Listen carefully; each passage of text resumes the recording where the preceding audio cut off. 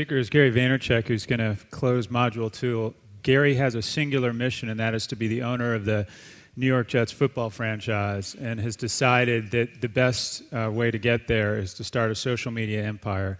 Has over 900,000 followers. You may know him as Gary V, the wine guy. Gary.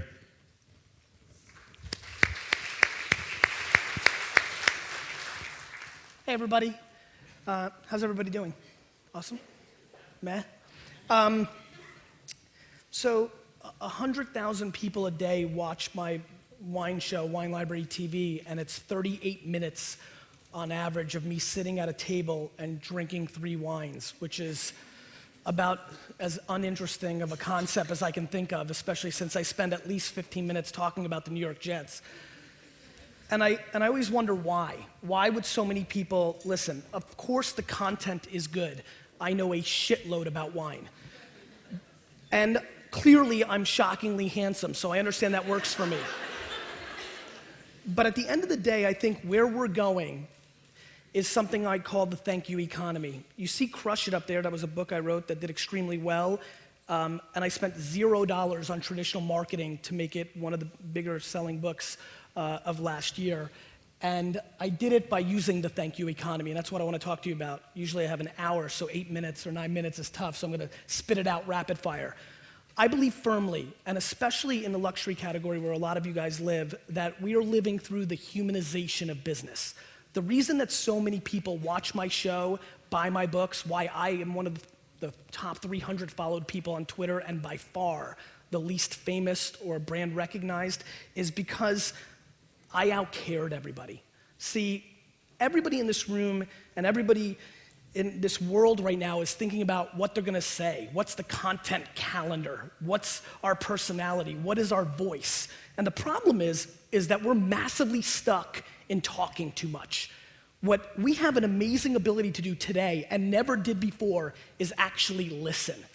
In 2007, I spent 13 hours a day while I was running a $60 million a year wine business. So this became my real job, not what was distracting me. 13 hours a day using a site called Surmise.com. Surmise was bought by Twitter a couple years ago and is now the back end of what search.twitter.com is. It is firmly my belief that one of the most powerful, important sites on the internet today is search.twitter. See, the reason so many people, how many people here think Twitter is stupid? Raise your hand, be honest.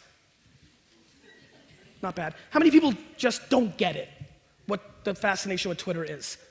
The fact of the matter is, the reason so many people don't, and why hands go up like that, is because everybody wants to know what to say. What am I supposed to say? Twitter's so stupid. Who cares if I'm eating a pizza or walking my dog? Nobody. But where Twitter gets powerful and where the opportunity in this new world where we have so much data is we can listen. I spent 13 hours a day searching Chardonnay, Merlot, Pinot Grigio, Bordeaux, Chinon, Pinot Gris, and actually cared enough to answer and not say, hey, go to winelibrary.com and buy it, or hey, watch this video I just did on Syrah. I just said, here's your answer. This is what you need. And it started building context of an actual relationship. See, what's really interesting to me is I firmly believe going forward that our grandparents are more suited to be successful and social than we are, because we're going back to small town rules. Marketing is about to get really fucking hard. It's about to get really one-on-one.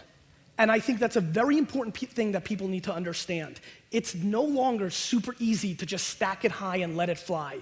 You can't just pound down the message. When you hear things like Eric Schmidt from Google say, more content is created now in 48 hours than was from the beginning of time until 2003, it starts putting things in perspective. Beginning of time to 2003, every 48 hours, same amount.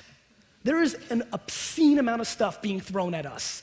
And the things that are gonna filter through are not always going to be the things that are most creative. I sit in green rooms like this and in conferences. I started a consulting company. We have clients like, Campbell's and PepsiCo, the National Hockey League, and everybody's trying to figure out how to make it happen. How are we gonna do it, right? We all think we're so damn smart. We're gonna market it and figure it out. The reality is the consumer's bullshit radar is so much better than anybody in this room or in this game realizes. And now that we can actually hear from them and see it, we're starting to understand that. To me, What I'm passionate and fascinated about is how in the world would you allow this scenario to happen? You're sitting at a coffee shop and the person sitting right next to you, let's say New York style, they're damn close, and they're talking about your brand. Are you gonna say thank you or interject? Maybe, especially if they're saying, let's say, something positive instead of something negative. You may actually say, oh, cool, thanks so much for liking Vitamin Water. I work for Vitamin Water, blah, blah, blah. The fact of the matter is, that's happening online thousands, if not millions of times a day around brands, and we stay silent. I'm shocked that brands in 2011 are going to put themselves in a position where they're not gonna thank people for saying the nice things they say publicly to their entire social graph. I'm blown away that we don't recognize that what we need to do now is take advantage of this insane phenomenon, which is this. 6 years ago, if I'm sitting and watching a Jets game with my buddy and I drink a Bud Light and say, you know what, this Bud Light lime really sucks, I'm never ordering this again. 2 minutes later, my doorbell rings. I come and open, hey, I'm John from Bud Light, we're really sorry you don't like the lime flavored flavor, but please try our Bud Light Extreme. 2 things would happen. 1, I would punch him in his face. 2, I would move.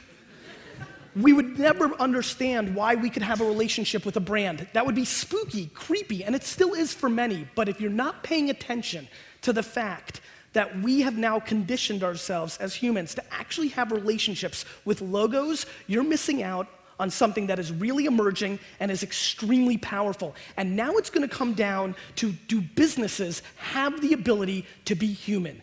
Do we strategize for sales, or do we actually give a fuck? And the reality is, I firmly believe that most people just wanna sell shit. And I'm really curious what happens when people understand that the battleground will be caring, because in a world where word of mouth is going to dominate, it's gonna get real interesting. In a world where 10 years ago, the biggest yenta on the Upper East Side has a negative or positive experience, she can only do so much damage in telling her social graph. Now the most awkward, weird introvert that lives in Iowa, that lives in his mom's basement, can tell more people.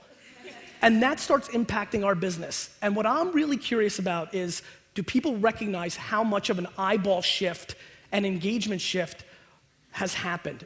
What I'm curious about is, in 2011, are you just gonna buy a TV ad and run billboards and not extend the story into social? The ability to play ping pong with traditional and social is here. To not extend the story and collect the data is just a massive miss. And I think it's really funny. I think people are obsessed that old media's dead, or a lot of people in my space for sure trounce on magazines or commercials or radio. To me, super viable still, and more importantly, the creative within them is dead. We're not creating scenarios to allow us to extend the story, to collect the data. When Reebok Hockey runs a commercial during the Winter Classic, and then they say, if you want to see the rest of this video, go to our Facebook page, and they pick up 70,000 fans in 30 seconds, they now have the data of those 70,000 people forever.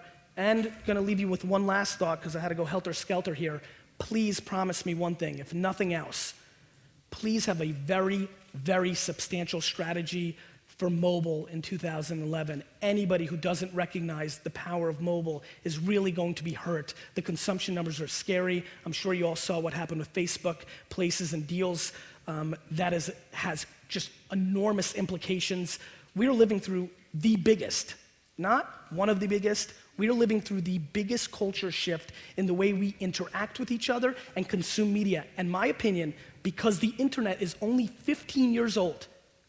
It's only been 15 years since AOL spammed your actual mailbox and sent you a CD. This is a few seconds. I mean, the internet hasn't had sex yet, and it's dominating.